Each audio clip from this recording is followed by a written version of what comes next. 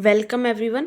तो KVS pedagogy जो हम कवर कर रहे हैं उसकी एमसीक्यू प्रैक्टिस सीरीज़ में हम केवीएस एलडीसी के टीजीटी से रिलेटेड क्वेश्चंस कर चुके थे। उसके बाद हम एचएम यानी हेडमास्टर से रिलेटेड जितने भी क्वेश्चन थे वो कर चुके थे। आज के मैराथन में हम कर रहे हैं पीजीटी के एलडीसी से रिलेटेड जो पेडागोजी के एमसीक्यूज़ हैं। ठीक है, 40 क्वेश्चंस ये पेपर में आए थे, यूनिट 1 से लेके यूनिट 5 तक डिस्कस करेंगे अच्छे से। तो स्टार्ट करते हैं। अपना स्कोर जो है आप ज़रूर चेक कर लेंगे। तो स्टार्ट करते हैं question number 1।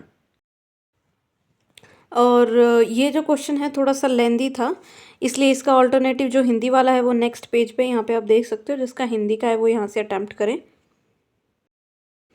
Question number 1, for a school as an educational institute read the following. एक स्कूल है, उसको आप जब एक एजुकेशनल इंस्टीट्यूशन के रूप में देखते हैं तो ये 5 पॉइंट्स आपको पढ़ने हैं। Rules and regulations of the school, student का ड्रेस कोड, उसके एथिकल कोड्स, किसके, टीचर एज अ प्रोफेशनल के ethical codes, morning assembly prayer और स्कूल आर्किटेक्चर, स्कूल का आर्किटेक्चर।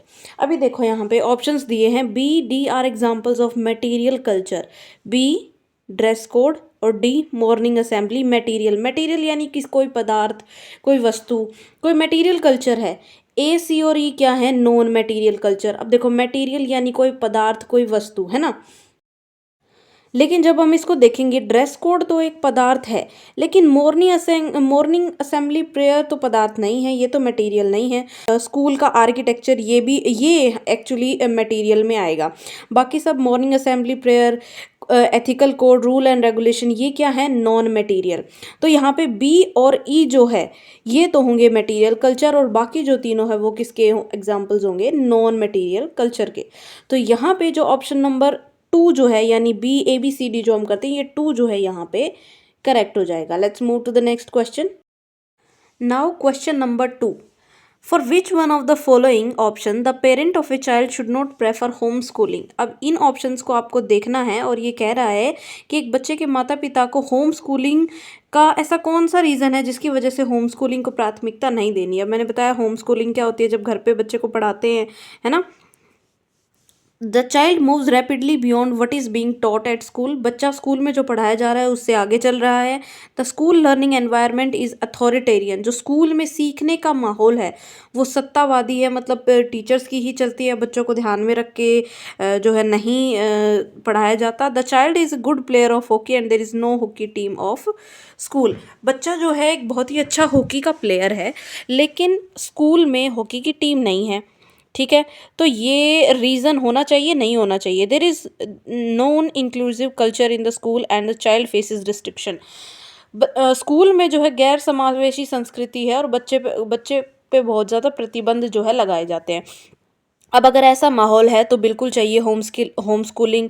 अगर अथॉरिटेरियन है तो भी होम स्कूलिंग चाहिए। अगर बच्चा जो स्कूल में पढ़ाया जा रहा है उससे रैपिडली मतलब आगे जा रहा है तो भी हमें ध्यान देना चाहिए, बच्चे को कुछ और क्रिएटिव कराना चाहिए। तो यहाँ पे होम स्कूलिंग कराने का जो ऑप्शन नहीं होना चाहिए वो ये है कि बच्चा तो बहुत अच्छा हॉकी प्लेयर है लेकिन स्कूल की हॉकी की टीम नहीं है। अब हर बच्चे का अलग अलग स्किल होती है ना, तो उसके हिसाब से एक अलग चीज़ तो नहीं सेट की जा सकती। तो ये कोई ज़्यादा खास रीज़न नहीं है जिसकी वजह से उसे होम स्कूल प्रेफर किया जाए।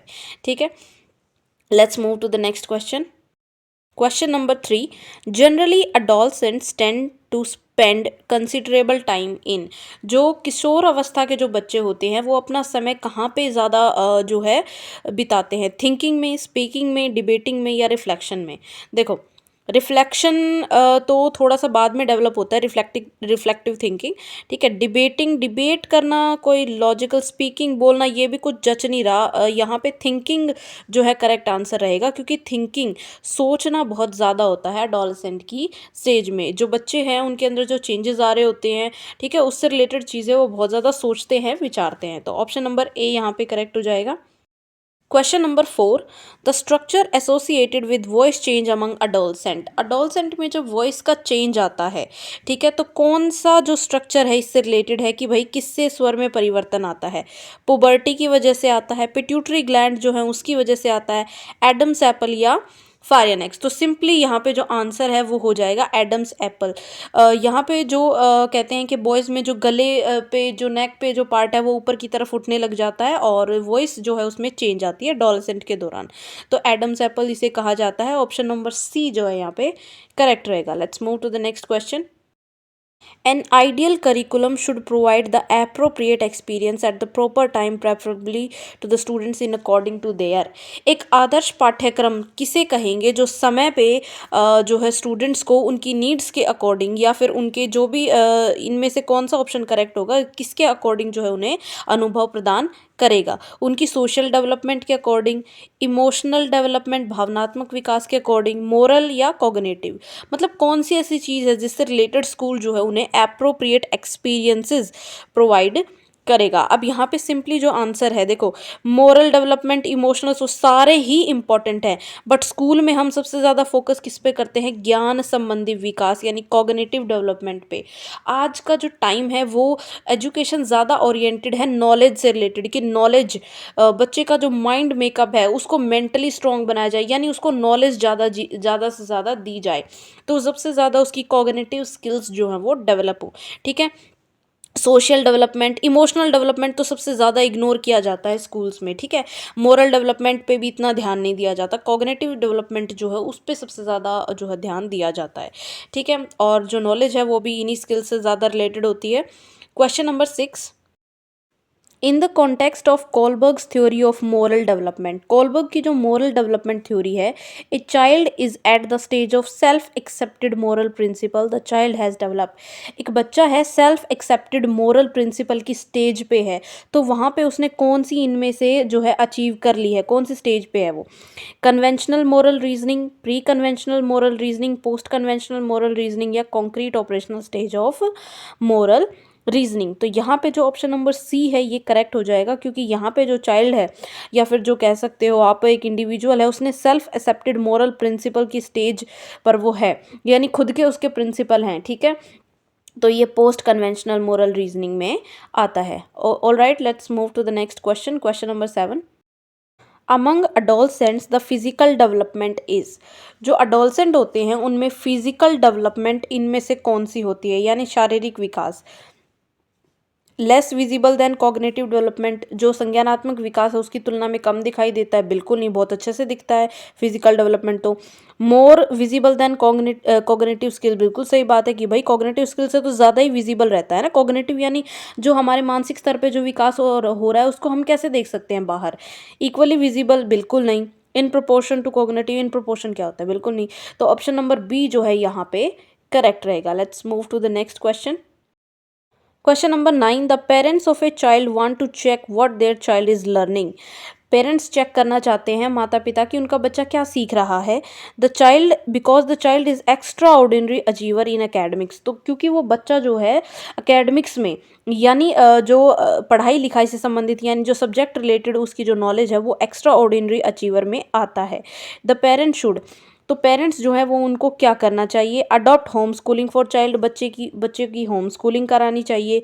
Keep discussing with the child about his school experience, बच्चे से डिस्कस करते रहो कि उसका स्कूल में एक्सपीरियंस जो है वो कैसा रहा। Keep checking his school notebooks and report card, उसका स्कूल नोटबुक और रिपोर्ट कार्ड आप चेक कीजिए। Ask his friend how does he perform in class, या उसके दोस्तों से पूछना है कि वो कक्षा में कैसा प्रदर्शन करता है। देखो, जब वो अपने बच्चे की लर्निंग को जो है असेस करना चाह रहे हैं, ठीक है, तो यहाँ पे जो करेक्ट आंसर है वो हो जाएगा adopt home schooling for the child. बच्चे को आप घर पर भी अच्छे से पढ़ाएं, क्योंकि अगर वो एक्स्ट्रा ऑर्डिनरी है तो ऑब्वियसली वो स्कूल का जो करिकुलम है या स्कूल का जो भी टीचिंग लर्निंग पढ़ाया जा रहा है उससे आगे ही वो चल रहा होगा और उसको वो सारी चीज़ें आती होंगी, तो उसको कुछ एक्स्ट्रा नॉलेज जो है वो आप दें, ताकि उसका टाइम एनर्जी जो है बिल्कुल वेस्ट ना हो, वो स्लो ना रहे। ठीक है, वो एक्स्ट्रा ऑर्डिनरी ही रहे। Question number 10। ये भी इंग्लिश में है और हिंदी में यहाँ पे है, तो जिनका हिंदी है आप यहाँ से अटैम्प्ट कर लें। Question number 10। In the context of teaching learning scenario, जो शिक्षण अधिगम प्रक्रिया है उसमें स्कूल स्टूडेंट्स का जो पैटर्न ऑफ थिंकिंग डेवलपमेंट है वो किस तरीके से होता है। ठीक है, तो आप इसको रीड करो और उस बेसिस पे आपको ये आंसर करना है। Conceptual thinking to perceptual thinking, कि भाई पहले कॉन्सेप्ट बनता है उसके बाद परसेप्शन आती है। नहीं, बिल्कुल नहीं, हमें पढ़ा है कि पहले परसेप्शन आती है और उसके बाद जो है कॉन्सेप्ट बनता है हमारे माइंड में। उसके बाद reflective thinking to critical thinking, ये बात तो सही है, पहले रिफ्लेक्टिव थिंकिंग होती है और उसके बाद क्रिटिकल थिंकिंग होती है। ठीक है, क्रिटिकल थिंकिंग टू कॉन्सेप्चुअल, नहीं भाई, क्रिटिकल सबसे बाद में होती है, कॉन्सेप्चुअल अच्छा इससे पहले जो मैराथन हमने करवाई है उसमें था ये सीक्वेंस, है ना, उसमें ये सीक्वेंस था, तो जिन्होंने पहले वाली वीडियो अच्छे से देखी है उनको पता होगा। तो क्रिटिकल थिंकिंग से कॉन्सेप्चुअल बिल्कुल नहीं, perceptual thinking to conceptual thinking, बिल्कुल सही बात है डी ऑप्शन में, कि पहले परसेप्शन बनता है, किसी भी ऑब्जेक्ट को देख के हमारे दिमाग में पहले कुछ परसेप्शन बनता है, उसके बाद उसका कॉन्सेप्ट फॉर्म होता है।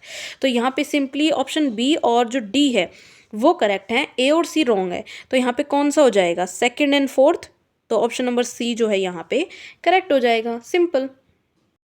Question number 11, objective of education में नॉट बी हेल्पफुल इन, जो एजुकेशन के ऑब्जेक्टिव्स हैं वो किस में हेल्पफुल नहीं होंगे। ठीक है, सेलेक्टिंग इंस्ट्रक्शनल मटेरियल बिल्कुल हेल्पफुल होते हैं, इंस्ट्रक्शन मटेरियल को सेलेक्ट करने में, डिज़ाइनिंग लर्निंग एक्सपीरियंस इसमें भी हेल्पफुल होते हैं, अंडरस्टैंडिंग चाइल्ड डेवलपमेंट या प्रिपेयरिंग इवेल्युएशन टूल जो है बनाने में भी बिल्कुल हेल्पफुल होते हैं।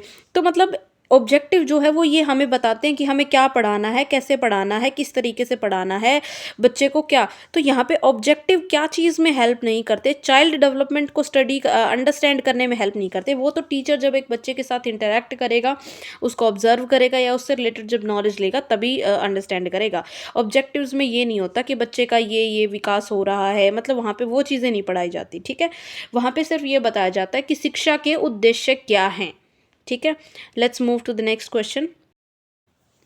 Question number 12, which one of the following is not a characteristic feature for assessment for learning, यानी सीखने के लिए आकलन में कौन सी इसकी एक विशेषता नहीं है। ठीक है, नहीं है पे ध्यान देना है। Apt for involving student in structured self and peer examination, कि यहाँ पे जो स्टूडेंट्स हैं उनको भी इन्वॉल्व करना सेल्फ असेसमेंट के लिए और पीयर एग्जामिनेशन के लिए, बिल्कुल सही बात है, होता है इसके अंदर। नॉन डिस्क्रिप्टिव इन नेचर, ये गैर वर्णनात्मक होता है। अब असेसमेंट फॉर लर्निंग में तो डिस्क्रिप्शन होता है बच्चों के अचीवमेंट का। इम्प्रूवमेंट ओरिएंटेड की भाई इम्प्रूवमेंट ओरिएंटेड तो बिल्कुल होती है, असेसमेंट करते ही हम कि इम्प्रूवमेंट कर सके। रिस्पॉन्सिव टू ऑल लर्नर्स, सभी शिक्षार्थियों के लिए उत्तरदायी बिल्कुल होती है असेसमेंट। तो यहाँ पे कौन सा इसका कैरेक्टरिस्टिक नहीं है कि ये नॉन डिस्क्रिप्टिव है। बिल्कुल डिस्क्रिप्शन में हम स्टूडेंट्स का जो उन्होंने जो कुछ भी अचीव किया है वो डिस्क्रिप्टिव होता है, रिपोर्ट कार्ड के अंदर मेंशन होती है काफ़ी सारी चीज़ें। ठीक है, alright, let's move to the next question. In which approach making meaning from own experiences is most important. देखो, अपने खुद के एक्सपीरियंस से मीनिंग जो है मेक आउट करना किसका पार्ट है। अब कॉम्पिटेंसी बेस्ड अप्रोच का पार्ट है, कंस्ट्रक्टिविस्ट अप्रोच का पार्ट है, लर्नर सेंटर्ड अप्रोच का पार्ट है, या ये सब्जेक्ट आएगा यहाँ पे सब्जेक्ट सेंटर्ड अप्रोच का पार्ट है। किसका पार्ट है? देखो, सब्जेक्ट सेंटर्ड अप्रोच का तो बिल्कुल नहीं है, क्योंकि यहाँ पे तो विषय केंद्रित हो गया, सब्जेक्ट से रिलेटेड हो गया ओनली, है ना। तो सिंपली यहाँ पे कौन सा आंसर करेक्ट हो जाएगा, अपने खुद के एक्सपीरियंस है, और ये किसके अंडर आता है, कंस्ट्रक्टिव में। यहाँ पे कंस्ट्रक्टिविस्ट अप्रोच कहता ही क्या है कि स्टूडेंट्स जो है अपनी लर्निंग या अपनी जो नॉलेज है वो खुद कंस्ट्रक्ट करते हैं, they are constructor of their own knowledge, वो खुद से मीनिंग मेक आउट करते हैं अपने एक्सपीरियंसेस से। जो कॉम्पिटेंसी बेस्ड अप्रोच है ये तो स्किल बेस्ड लर्निंग हो गया, कि स्किल हम उन्हें सिखा रहे हैं, मास्टरी बेस्ड लर्निंग हो गया। लर्नर सेंटर्ड अप्रोच तो बहुत सारे हैं, कंस्ट्रक्टिविस्ट अप्रोच भी लर्नर सेंटर्ड अप्रोच ही है। ठीक है, लेकिन इसका एग्जैक्ट जो आंसर आएगा, देखो यहाँ पे डिलेमा है इन तीनों क्वेश्चंस में, तो यहाँ पे इन तीनों ऑप्शंस में, सॉरी, तो ये तीनों ऑप्शंस में से आप कौन सा करेक्ट करोगे जो मोस्ट अप्रोप्रिएट होगा। अब जो कंस्ट्रक्टिविस्ट अप्रोच है वो लर्नर सेंटर्ड है, नो डाउट, लेकिन ये जो है meaning making from own experience, ये डायरेक्टली किसके अंडर जाता है, कंस्ट्रक्टिविस्ट अप्रोच में। तो यहाँ पे जो ऑप्शन नंबर बी है वो करेक्ट हो जाएगा। Let's move to the next question. Grading is preferred over numerical marks because, देखो ग्रेडिंग जो है उसको न्यूमेरिकल मार्क्स से ज़्यादा प्रेफर किया जाता है, क्यों? It will reduce errors in judgment, ये जजमेंट में त्रुटियों को कम करेगा। ये तो कोई वो नहीं हुआ, क्योंकि पहले सीधे नंबर ही दे दो, उसके बाद हम ग्रेड असाइन करेंगे तो ज़्यादा त्रुटि होने की संभावना है, तो कम करेगा तो कोई लॉजिक नहीं हुआ। It will improve quality of education, इससे शिक्षा की गुणवत्ता बढ़ेगी। चलो देख लेते हैं। It will facilitate teaching learning, ये टीचिंग लर्निंग को फैसिलिटेट करेगा। टीचिंग लर्निंग को तो कोई टीएलएम या और सारी चीज़ें जो हैं वो फैसिलिटेट कर सकती हैं, असेसमेंट एंड ऑल। ग्रेडिंग तो कोई वो नहीं है। These are easier to award, ये अवॉर्ड देने के लिए ईजी होता है। ईजी कैसे होता है, पहले जो मार्क्स हैं वो निकालिए आप, उसके बाद हर सब्जेक्ट के जो हैं कैटेगरी वाइज आप उसको ग्रेड दीजिए। तो ईजी तो नहीं है, ये थोड़ा सा काम बढ़ जाता है इससे, ठीक है। तो यहाँ पे जो मोस्ट अप्रोप्रिएट टर्मिनेट करने के बाद, ये 3 पॉइंट्स टर्मिनेट करने के बाद ऑप्शन नंबर बी जो है करेक्ट रहेगा। इस तरीके से भी हम क्वेश्चन अटेम्प्ट कर सकते हैं कि जो आंसर अप्रोप्रिएट नहीं है हम उसको कट करते चले और लास्ट में जो है किसी एक आंसर पे पहुँचे। All right, let's move to the next question, question number 17। The role of a teacher in a democratic classroom is, democratic classroom यानी एक लोकतांत्रिक कक्षा का कक्ष होता क्या है पहले तो, कि जहाँ पे स्टूडेंट्स जो हैं उनको पूरी स्वतंत्रता होती है कि वो अपने विचार अभिव्यक्त कर सकें, क्वेश्चन पूछ सकें, ठीक है। तो role of teacher democratic classroom में क्या रहेगा, allow students completely free choices without interference, कि स्टूडेंट्स की जो भी चॉइसेस हैं उनको पूरी तरीके से सारा ही फ्री रहेगा, मतलब जैसे वो चाहें उनकी अपनी चॉइस के अकॉर्डिंग कुछ भी कर सकते हैं, ठीक है। Help students make intelligent choices among different alternatives, जो अलग अलग विकल्प हैं उनमें छात्रों को विभिन्न विकल्पों के बीच बुद्धिमानी से एक विकल्प चुनने का जो है उनको इंटेलिजेंसी उनको बनाना। Help students follow the curriculum in a systematic manner, अब स्टूडेंट्स को इसमें हम हेल्प करते हैं कि जो करिकुलम है आप उसको सिस्टमैटिकली फॉलो कीजिए। Help students become more capable of making intelligent choices among increasingly significant alternatives, देखो कितने कंफ्यूजिंग कई कई ऑप्शंस दे रखे हैं यहाँ पे। विदाउट इंटरफेरेंस की कोई इंटरफेयर ही नहीं करेगा उनकी चॉइसेस में, ये तो बिल्कुल गलत है, ये नहीं आएगा। बी और डी ऑप्शन में अब हमें एक चूज करना है। Become more capable of making intelligent choices among increasingly significant alternatives, जितने ज़्यादा ऑल्टरनेटिव्स हमारे पास हैं तो हम उसमें से इंटेलिजेंट चॉइसेस कैसे बनाएंगे, ठीक है। तो यहाँ पे ऑप्शन बी और डी में से जो मोस्ट अप्रोप्रिएट लग रहा है यहाँ पे वो है ऑप्शन डी। छात्रों को और अधिक सक्षम बनाने में हम यहाँ से हम उनकी हेल्प करेंगे, ठीक है। Next question number 18। Affective learning can very well B ensured, जो अफेक्टिव लर्निंग यानी प्रभावी शिक्षण है वो बहुत अच्छे तरीके से सुनिश्चित किया जा सकता है अगर हम इनमें से कोई एक काम करें। देख लेते हैं। The students are given immediate feedback concerning the accuracy of their learning, जो छात्र हैं उनको तुरंत आप एक सटीकता से आप उनको बताइए, उन्हें फीडबैक दीजिए उनकी लर्निंग और उनकी एक्यूरेसी क्या है। The teacher ensured pin drop silence in the class, teacher ये एंश्योर करेगा कि क्लास में सब चुपचाप बैठे रहें, बिल्कुल नहीं। अफेक्टिव लर्निंग कैसे हुई। The student share their experience with pair, जो स्टूडेंट है अपने साथियों के साथ अनुभव साझा करें। वेल ये तो कोई ज़्यादा इंपॉर्टेंट पॉइंट नहीं हुआ क्योंकि वो तो वैसे भी बातें करते हैं एक दूसरे के साथ, शेयर करते ही रहते हैं। तो अफेक्टिव लर्निंग में क्या नया करेंगे हम। The teacher dictates notes on, dictate की बात आ गई। डिक्टेशन जहाँ पे है वहाँ पे इफेक्टिवनेस आ ही नहीं सकती अगर आप डिक्टेट कर रहे हो तो यहाँ पे ऑब्वियसली ये तीनों ऑप्शन टर्मिनेट हो गए। यहाँ पे ऑप्शन नंबर ए यहाँ पे करेक्ट हो गया। Question number 19। In order to find solution to emergent problem in school, school में जब प्रॉब्लम्स अराइज होती हैं तो उनका सोल्यूशन फाइंड आउट करने के लिए what should be done by the concern teacher, जो शिक्षक है उसको क्या करना चाहिए। Collect parental opinions and invite their suggestion, आप माता पिता से पूछेंगे उनकी राय लेंगे, चलो बिल्कुल ले सकते हैं। Discuss the matter in A committee of colleague, आपके जो सह कर्मचारी हैं या जो आपके फ्रेंड्स हैं स्टाफ है उनके साथ आप डिस्कस करेंगे। Develop a plan after discussing the matter with the principal, प्राचार्य के साथ आप इस मामले पर चर्चा करेंगे और एक योजना जो है आप बनाएंगे। कंडक्ट एक्शन रिसर्च, क्रियात्मक अनुसंधान करना। देखो conduct action research, action research का मतलब ही ये है कि तुरंत ही हम अपने एक्शंस में जो है प्रॉब्लम का जो सॉल्यूशन है वो फाइंड आउट करें, क्योंकि कोई भी अगर प्रॉब्लम अराइज हो रही है तो वहाँ पे टीचर जो है क्लास में उसकी ड्यूटी बनती है कि वो ऑन द स्पॉट चीज़ों को हैंडल करे और उनका जो है सॉल्यूशन वो फाइंड आउट करे। तो ऑप्शन नंबर डी यहाँ पे करेक्ट हो जाएगा, क्योंकि सहकर्मियों के साथ ओनली डिस्कस करने से कुछ नहीं होगा। पेरेंट्स के साथ ओपिनियन बिल्कुल ले सकते हैं बट मोस्ट अप्रोप्रिएट ये है कि आप एक्शन लो, ठीक है। इंस्टीड ऑफ डिस्कसिंग, डिस्कशन बाद की बात है, आप पहले एक्शन लीजिए, जब सोल्यूशन नहीं मिलता उसके बाद ये इन चीज़ों पे आप जाएंगे कि प्रिंसिपल के साथ डिस्कस करेंगे, कॉलीग्स के साथ करेंगे, किसी स्पेशलिस्ट को बुलाएंगे, साइकोलॉजिस्ट को बुलाएंगे, ठीक है। तो ऑप्शन नंबर डी करेक्ट होगा यहाँ पे। Question number 20. Which one of the following will not constitute a part of strategy for dealing with multi-level situation? एक multi-level situation है, ठीक है, उसमें कौन सा एक पार्ट नहीं रहेगा, ठीक है। All children irrespective of levels allowed learning at their own pace. उनके लेवल्स के इरिस्पेक्टिव बच्चों को अपने पेस पे लर्न करने की इजाज़त दी जानी चाहिए। बिल्कुल सही पॉइंट है, तो ये नॉट में क्यों आएगा। पीयर लर्निंग भी allowed to facilitate individual learning, ये भी एक पॉजिटिव पॉइंट है, पीयर लर्निंग को भी अलाउ किया जाना चाहिए। Heterogeneous groupings be made disregarding students choices. अब बच्चे की चॉइस नहीं है फिर भी आपको हेट्रोजेनस ग्रुप बनाने हैं, ठीक है, उसकी चॉइस नहीं है फिर भी बनाओगे, तो ये थोड़ा सा नेगेटिव नॉट में जाता है मल्टी लेवल सिचुएशन में। Competencies be arranged in a particular order so as to constitute learning continuum. यहाँ पे कॉम्पिटेंसी का मतलब क्या है, स्किल है ना। B arranged in a particular order, एक पर्टिकुलर ऑर्डर में आप उनको अरेंज कर दो और फिर उसके बाद लर्निंग कॉन्टिनम जो है आप उसको कंटिन्यू रखो, ठीक है। तो यहाँ पे जो ऑप्शन नंबर सी है ये करेक्ट हो जाएगा। ये तीनों तो पॉजिटिव पॉइंट्स है ना, तो ये तो करेक्ट है, ये तो मल्टी लेवल सिचुएशन में आते ही हैं, तो कौन सा इसका पार्ट नहीं है कि भाई आप स्टूडेंट्स की चॉइसेस के अगेंस्ट जाके हेट्रोजेनस ग्रुप बना दो, ठीक है। तो ये नहीं होगा, ये नेगेटिव पॉइंट है। ये तीनों पॉइंट यहाँ पे टर्मिनेट हो गए क्योंकि ये तीनों पॉजिटिव पॉइंट है, ठीक है। तो ऑप्शन नंबर सी यहाँ पे करेक्ट हो जाएगा। जो हिंदी के हैं स्टूडेंट्स वो यहाँ से अपना क्वेश्चन जो है इसे पोज करके अटेम्प्ट कर लें। नाउ क्वेश्चन नंबर 21, ये इंग्लिश में है, यहाँ पे हिंदी में क्योंकि लेंदी क्वेश्चन है काफ़ी, और तो हिंदी वाले यहाँ से इसे पोज करके अटेम्प्ट करें। और अभी हम यहाँ करेंगे question number 21। To promote concrete thinking in mathematics.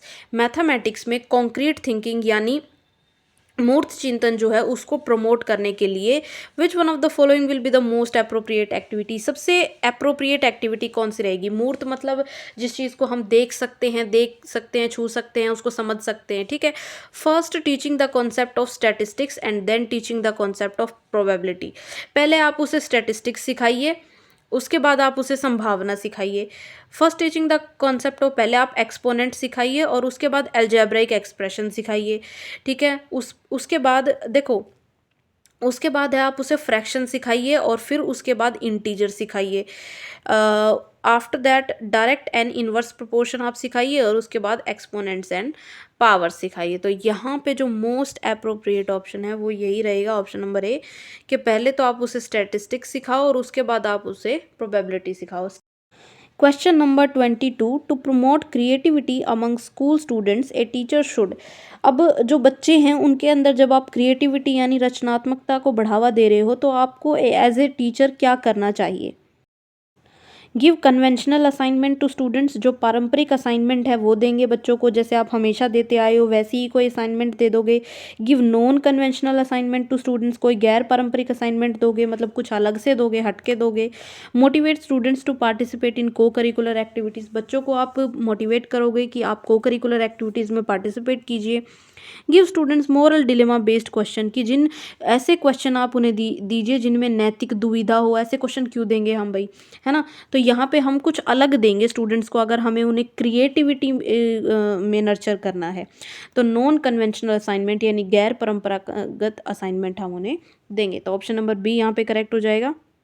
Question number 23, teaching of which one of the following may support the adolescent in hypothesis formation. एक हाइपोथेसिस यानी परिकल्पना निर्माण में जो अडोलसेंट हैं उनकी क्या आप पढ़ाएंगे जो उनको हेल्प करेगा। कोल एंड पेट्रोलियम, कोयला और पेट्रोलियम पढ़ाएंगे, फ्रिक्शन पढ़ाएंगे आप, सिंथेटिक फाइबर और प्लास्टिक पढ़ाएंगे, the human I and the colourful world. तो यहाँ पे हाइपोथेसिस फॉर्मेशन के लिए कि हाइपोथेसिस जो है आपको फॉर्म करना है, तो यहाँ पे ऑप्शन नंबर बी करेक्ट रहेगा, फ्रिक्शन जो है आप स्टूडेंट्स को पढ़ाएंगे। अभी मैं आपको बताती हूँ कि फ्रिक्शन जो है यही क्यों, ठीक है। कोल एंड पेट्रोलियम जो होता है या सिंथेटिक फाइबर और प्लास्टिक है या ह्यूमन आई है और कलरफुल वर्ल्ड है, इन तीनों में हम क्या पढ़ते हैं, फैक्ट पढ़ते हैं, ठीक है, फैक्ट पढ़ते हैं ह्यूमन आई और सिंथेटिक फाइबर के क्या कैरेक्टरिस्टिक है, किससे बना है, कैसे बनता है, कोल कहाँ पाया जाता है, पेट्रोलियम किससे बना है ना। लेकिन फ्रिक्शन जो है इसमें थियरीज जो है एक तरीके से दी जाती हैं, थ्योरेटिकल एक्सप्लेनेशन इसके अंदर होता है। तो वो जो थ्योरी बनाई जाती है, रूल्स बनाए जाते हैं, है ना, वो एक तरीके से पहले हाइपोथेसिस फॉर्म करना पड़ता है कि भाई इस वजह से ये चीज़ होती है। ठीक है, तो यहाँ पे मोस्ट अप्रोप्रिएट ऑप्शन जो है फ्रिक्शन रहेगा, क्योंकि इसके अंदर थियरीज वगैरह, रूल्स वगैरह और ये जो लॉज हैं ये इसके अंदर आते हैं। Alright, let's move to the next question. Question number 24, which one of the following is not a non standardize technique for guidance. Guidance अगर आपको देनी है तो नॉन स्टैंडर्डाइज टेक्निक यहाँ पे कौन सी होगी? Interest inventory, sociometry, rating scale या एनेक्डेटल रिकॉर्ड्स। तो यहाँ पे जो इंटरेस्ट इन्वेंट्री है ये नॉन स्टैंडर्डाइज्ड है। ठीक है, तो यहाँ पे ऑप्शन नंबर 1 करेक्ट हो जाएगा। Question number 25, right of person with disability act was passed in the year. देखो आरपीडब्ल्यूडी एक्ट इनमें से कौन सा ईयर में पास हुआ था? तो सिंपली हमने पढ़ा है कि 2016 में, कई बार पढ़ा है आरपीडब्ल्यूडी एक्ट 2016, तो यहाँ पे जो भी ऑप्शन अवेलेबल हैं उनमें 2016 करेक्ट हो जाएगा। Question number 26, the United nation convention on the right of person with disabilities was held in the year. जो विकलांग व्यक्तियों के अधिकारों पर जो संयुक्त राष्ट्र संघ का सम्मेलन हुआ था, ठीक है, वो कौन से ईयर में हुआ था? 4 में, 6 में, 2012 में या 14 में? तो सिंपली 2006 में हुआ था। ऑप्शन नंबर बी करेक्ट हो जाएगा यहाँ पे। Question number 27, since teacher development programs are necessary for their capacity building these should be. क्योंकि जो शिक्षक विकास कार्यक्रम है उनकी क्षमता को बढ़ाने के लिए आवश्यक हैं, तो ये कैसे होने चाहिए? शिक्षकों के लिए योगदान यानी कॉन्ट्रीब्यूटरी होने चाहिए कि वो भी कॉन्ट्रीब्यूशन दे, कंपलसरी होने चाहिए। देखो कंपलसरी तो नहीं कह सकते हम, ठीक है, पार्टली फंडेड बाय मैनेजमेंट और गवर्नमेंट, यानी जो प्रबंधन जो भी उसको मैनेज कर रहा है वो पार्टली इसको फंड करेगा, या फुली पूरे तरीके से इसको मैनेज करेगा या फंड करेगा। तो सिंपली जो मैनेजमेंट है वो इसको पूरी तरीके से फंड करेगी और इसको ऑर्गेनाइज करवाएगी ताकि टीचर जो है उनकी कैपेसिटी बिल्डिंग की जा सके। ठीक है, तो गवर्नमेंट जो है, मैनेजमेंट जो भी है, इसको ऑर्गेनाइज करवाती है, और जो केवीएस के टीचर हैं उनको तो स्पेशली भेजा जाता है इस तरीके के प्रोग्राम्स में। ऑप्शन नंबर डी यहाँ पे करेक्ट हो जाएगा। Let's move to the next question. Question number 28, linkage with neighbouring schools can be best utilised for. जो साथ के स्कूल हैं, है ना, उनके साथ एक तरीके से जुड़ाव रखना या वो जो पार्टनरशिप है वो बना के रखना किस लिए बेस्ट यूटिलाइज की जा सकती है? ऑर्गेनाइजिंग इंटर स्कूल कॉम्पिटिशन, बिल्कुल अंतर विद्यालय प्रतियोगिताएं जो हैं वो ऑर्गेनाइज करवाई जा सकती हैं। एक्सचेंजिंग टीचर्स एक्सपर्टाइज, जो टीचर्स की जो विशेषज्ञता है उनको एक्सचेंज करना, नहीं। इम्प्रूविंग क्वालिटी ऑफ एजुकेशन, शिक्षा की गुणवत्ता में सुधार लाना। ऑर्गेनाइजिंग कल्चरल एक्टिविटीज़, सांस्कृतिक गतिविधियों का आयोजन। अब देखो यहाँ पे सारे ही ऑप्शंस करेक्ट लग रहे हैं, तो यहाँ पे हमें चूज़ क्या करना है? जो आंसर मोस्ट अप्रोप्रिएट होगा। मोस्ट अप्रोप्रिएट कौन सा है? इंटर स्कूल कॉम्पिटिशन, टीचर को एक्सचेंज करना, कल्चरल एक्टिविटीज़ ऑर्गेनाइज करना, ये तीनों ही किस में कंट्रीब्यूट कर रहे हैं? क्वालिटी ऑफ एजुकेशन को इम्प्रूव करने के लिए। तो सबसे बेस्ट आंसर जो है क्या होगा यहाँ पे? Option number C. Question number 29, which of the following is most important factor of building team relationship. इनमें से कौन सा टीम संबंध बनाने का सबसे महत्वपूर्ण कारक है? म्यूचुअल अंडरस्टैंडिंग की आपसी समझ होनी चाहिए, पर्सनल टच निजी अंदाज होना चाहिए, structure and trapping of work place, कार्यस्थल और संरचना और ये इसका वर्क प्लेस मतलब अच्छे से आप करके रखें इसको manage. Capitalisation of strength within the team, कि जो टीम है उसकी स्ट्रेंथ को कैपिटलाइज करना यानी बढ़ाना। तो सिंपली ये तीनों ऑप्शन तो थोड़ा सा कम रिलेट करते हैं, ये तीसरा तो बिल्कुल भी नहीं। ठीक है, म्यूचुअल अंडरस्टैंडिंग हो तो टीम बिल्ड की जा सकती है, लेकिन रिलेशनशिप के लिए मोस्ट इंपॉर्टेंट फैक्टर है कि जो टीम है उसके अंदर जो पावर है उसको बढ़ाया जाए। ठीक है, टीम की स्ट्रेंथ को बढ़ाया जाए। Question number 30, a teacher is considered as a mentor who. एक शिक्षक को संरक्षक माना जाता है। संरक्षक क्यों माना जाता है? Explain the textual material. अब टेक्सचुअल मटेरियल तो टीचिंग मेंटरशिप जो होती है उससे रिलेटेड नहीं है। Cares non occurrence of learning gap, जो सीखने का जो अंतराल की गैर घटना है उसकी परवाह वो करेगा। डिक्टेट्स गुड नोट्स, डिक्टेटरशिप बिल्कुल नहीं। केयर्स प्यूपिल्स पार्टिसिपेशन, जो प्यूपिल हैं पार्टिसिपेट करे वो तो टीचर के रोल में आ जाएगा, टीचर एज ए मेंटर पूछा है, ठीक है। तो यहाँ पे ऑप्शन नंबर बी जो है करेक्ट आंसर दे रखा है कि cares non occurrence of learning gap, कि जो लर्निंग गैप हैं उनकी नॉन अकरेंस जो है उसकी परवाह करे कि कोई गैर घटना ना हो जाए, कि जो लर्निंग है वो कंटिन्यूसली चलती रहे। Question number 31, school development plan as per RT act 2009 shall be basis for, जो स्कूल डेवलपमेंट प्लान है 2000 RT 2009 के अकॉर्डिंग किसके बेसिस पे बनना चाहिए। डिसाइडिंग द एनुअल कैलेंडर तय करना है, बनाना है, इसके लिए होना चाहिए। Deciding appointment and promotion of teachers का प्रमोशन करना है या उनको नियुक्त करना है, इसलिए बनाना चाहिए। Setting targets for principal and teachers या प्रिंसिपल के लिए टारगेट सेट कर लें, इसलिए बनाना चाहिए। Plans and grants to be made by the local authority या गवर्नमेंट, अब ये स्थानीय प्राधिकरण सरकार द्वारा बनाई जाने वाली योजनाएं और अनुदान जो है उनके अकॉर्डिंग बनाना चाहिए। तो सिंपली यही बेसिस होगा इसका, ठीक है। सिर्फ इन चीज़ों के लिए नहीं बनाया जा सकता, जो भी प्लान गवर्नमेंट ने या लोकल अथॉरिटी जो है CBSE या एजुकेशन की जो भी इंस्टीट्यूशन है उन्होंने जो प्लान बनाया है उसके अकॉर्डिंग ही आपका स्कूल डेवलपमेंट प्लान जो है तैयार किया जाना चाहिए, ना कि हमें एनुअल कैलेंडर बनाना है या टीचर्स को अपॉइंट करना है या प्रिंसिपल के लिए टारगेट सेट करने हैं, बिल्कुल नहीं। तो ऑप्शन नंबर डी यहाँ पे करेक्ट होगा। Question number 32, which of the following is not a necessary act for good initiator, एक अच्छा इनिशिएटर के लिए एक नॉट ए नेसेसरी एक्ट, मतलब ऐसा कौन सा काम है जो उसके लिए ज़रूरी नहीं है, अगर वो ना भी करे तो भी कोई फ़र्क नहीं पड़ता, ठीक है। सेटिंग द कॉन्टेक्स्ट, कि वो कॉन्टेक्स्ट जो है सेट करे। All right, stating the objectives, जो उद्देश्य है वो बताएगा वो। समराइजिंग द की पॉइंट्स, ये भी करेगा वो, ये तीनों तो उसके काम है। Putting new information in the conclusion, जो नई जारी है जो नई जानकारी है उसको निष्कर्ष में डालेगा। तो यहाँ पे जो आंसर है करेक्ट दिया हुआ है वो है ऑप्शन डी, कि नई जानकारी जो है उसको वो निष्कर्ष में डालेगा, कि एक कंक्लूजन निकालेगा उसका, ये उसका काम नहीं है। कॉन्टेक्स्ट से ऑब्जेक्टिव सेट करना और की पॉइंट्स को समराइज करना, ये तो बिल्कुल उसके काम में आते हैं, ये थोड़ा सा रिलेट नहीं कर रहा है, तो ऑप्शन नंबर डी यहाँ पे करेक्ट होगा। Question number 33, which of the following is a core value of organizational development, कौन सा संगठनात्मक विकास का मूल मूल्य है।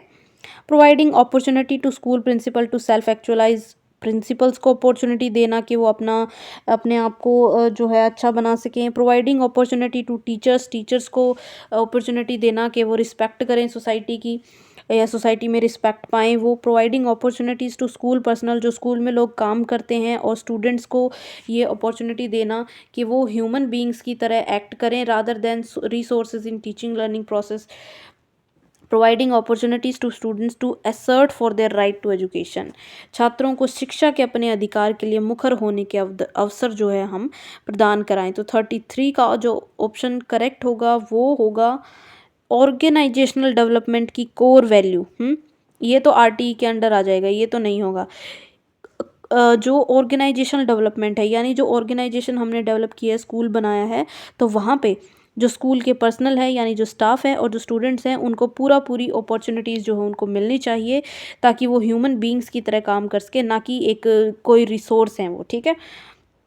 तो यहाँ पे कोर वैल्यू ऑर्गेनाइजेशनल डेवलपमेंट की यही है। Question number 34, comparatively competency based learning is most necessary for, जो कॉम्पिटेंसी बेस्ड एजुकेशन है सबसे ज़्यादा किसके लिए वो इम्पॉर्टेंट है। इन्फेंट्स के लिए, डॉलसेंट के लिए, सेकेंडरी स्कूल लर्नर्स के लिए या स्पेशल चिल्ड्रन के लिए। वैसे देखा जाए तो सबके लिए ही इम्पॉर्टेंट होती है ये, लेकिन सबसे ज़्यादा ये स्पेशल चिल्ड्रन जो होते हैं उनके लिए बनाई जाती है, क्योंकि जो विशेष बच्चे हैं, स्पेशल चिल्ड्रन होते हैं, उनको स्किल बेस्ड एजुकेशन दी जाए कि वो किसी एक स्किल में निपुण बन सकें।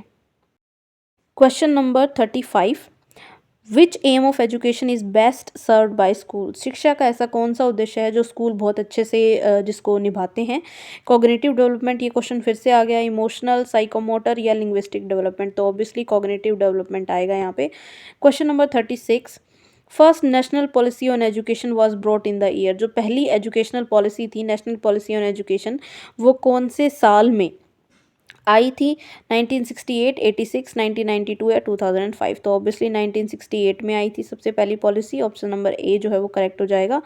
Question number 37, the statement you provide enabling conditions learning will automatically take place pertains to which document?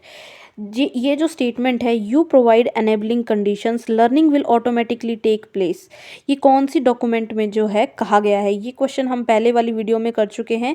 ये एनसीएफ 2005 के अकॉर्डिंग कहा गया है। ठीक है, ऑप्शन नंबर बी यहाँ पे करेक्ट हो जाएगा। Question number 38, which one of the following is not a characteristic of grading system?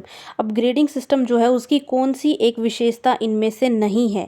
Minimise tendency of getting higher and higher marks, ये ज़्यादा से ज़्यादा मार्क्स लाने की टेंडेंसी को हाई कर देता है, ये बात तो बिल्कुल सही है, कर देता है।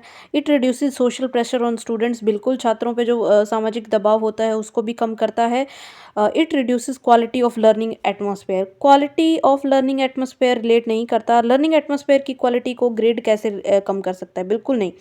It minimise the fact the human error in the assessment, ये भी बिल्कुल नहीं होगा। तो ऑप्शन नंबर सी सिंपली यहाँ पे करेक्ट दिख रहा है, तो ऑप्शन नंबर सी जो है यहाँ पे करेक्ट हो जाएगा। Question number 39, the main objective of competency based education is, जो कॉम्पिटेंसी बेस्ड एजुकेशन है उसका मेन ऑब्जेक्टिव क्या है? Equality of opportunity, learning at pace of students, के छात्र अपनी गति से सीखें, मास्टरी लर्निंग या इंडिविजुअलाइज्ड लर्निंग। तो जब कॉन्सेप्ट पढ़ाया था तो बिल्कुल बताया था कि मास्टरी लर्निंग, इसको एक दूसरे नाम से भी कहा जाता है कि स्टूडेंट्स जो है मास्टर कर ले कंटेंट पे, स्किल बेस्ड लर्निंग होती है कॉम्पिटेंसी बेस्ड एजुकेशन। ऑलराइट, तो ऑप्शन नंबर सी यहाँ पे करेक्ट हो जाएगा। Let's move to the next question. Question number 40, which age group of children has been put under foundational years of NEP 2020? जो नई education policy 2020 आई है तो foundational years में कौन सी एज जो है यहाँ पे रखी गई है? 3 to 8 ईयर्स, 5 to 8, 3 to 10 या 5 to 12? बिल्कुल नहीं। तो सिंपली 3 to 8 ईयर्स के बच्चे जो हैं, फाउंडेशनल मतलब बेस है ना, फाउंडेशनल बिल्कुल स्टार्टिंग से जो हम कहते हैं, तो यहाँ पे 3 to 8 ईयर्स जो एज के स्टूडेंट्स हैं वो आते हैं। ऑप्शन नंबर ए यहाँ पे करेक्ट रहेगा। ये हो गई आज की वीडियो कंप्लीट। जिन लोगों ने पीडीएफ की एक्सेस ले रखी है वो इसे ऑप्ट आउट कर पाएंगे और यहाँ पे आंसर्स दे रखे हैं। हमने पेडागोजी जितनी भी पढ़ाई है उसकी वीडियोस की पीडीएफ अगर आप एक्सेस करना चाहते हैं और एमसीक्यूज जितने भी हमने कराए हैं उनकी पीडीएफ अगर आप एक्सेस करना चाहते हैं तो व्हाट्सअप नंबर पे आप व्हाट्सअप करके इन्फॉर्मेशन ले सकते हैं, किसी ने भी कॉल नहीं करनी है। नेक्स्ट वीडियोज़ की अपडेट के लिए टेलीग्राम चैनल है, इसका लिंक आपको डिस्क्रिप्शन में मिलेगा, आप ज्वाइन कर सकते हो। तो all the best for your preparation guys and have a good day.